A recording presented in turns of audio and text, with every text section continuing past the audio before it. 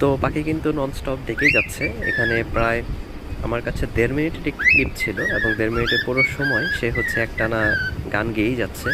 তো এইসব গানের আসলে রহস্য হচ্ছে আমাদের আগের একটি টিয়া পাখির ভিডিওতে আমরা দেখিয়েছি যে পাখির সামনে যখন আপনি ইউটিউবের রিলস একটানা ছেড়ে রাখেন বিভিন্ন মিউজিকের, সে সেগুলোই আসলে কপি করে নেয়। তো আমাদের পিকুকে আমরা প্রায় 40 দিন বয়সেই তো বিভিন্ন রকমের সুর তার সামনে সবসময়ই ছেড়ে রাখতাম। তো সে বিভিন্ন রকমের সুর সে কপি করে ফেলেছে। অ্যান্ড বর্তমানে যে ড্রেসিং টেবিলের সামনে ক্লিপটি দেখতে পাচ্ছেন, এটি আসলে